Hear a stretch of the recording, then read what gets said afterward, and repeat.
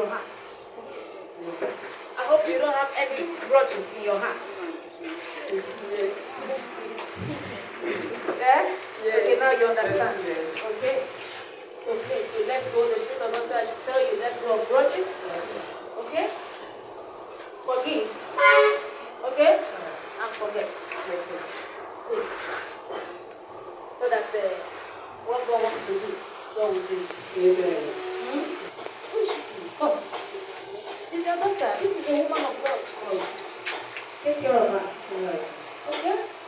So God gave her to you for a purpose. To remove whatever pain God is going to use her tomorrow. So take care of her properly. Anyone that is coming close to you and does not love her, that person is of Satan. Okay?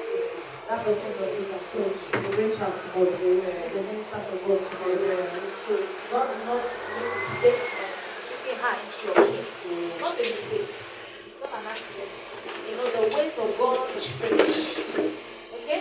Yes. So God, thank you. Somebody did something against you. Are you listening to me? Yes. Because as I look at you, I'm seeing a padlock. Padlock. Somebody did something against you with a padlock. Okay. And the person padlocked it. I said,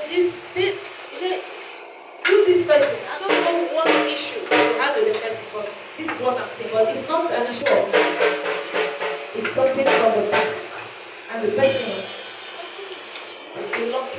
let me say he locked himself. He just got the padlock and he said something against you.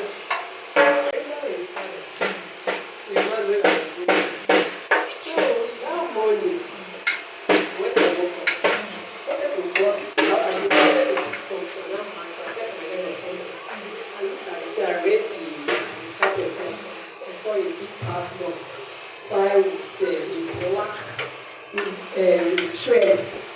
Shall we clap for Jesus? Let's clap for Jesus.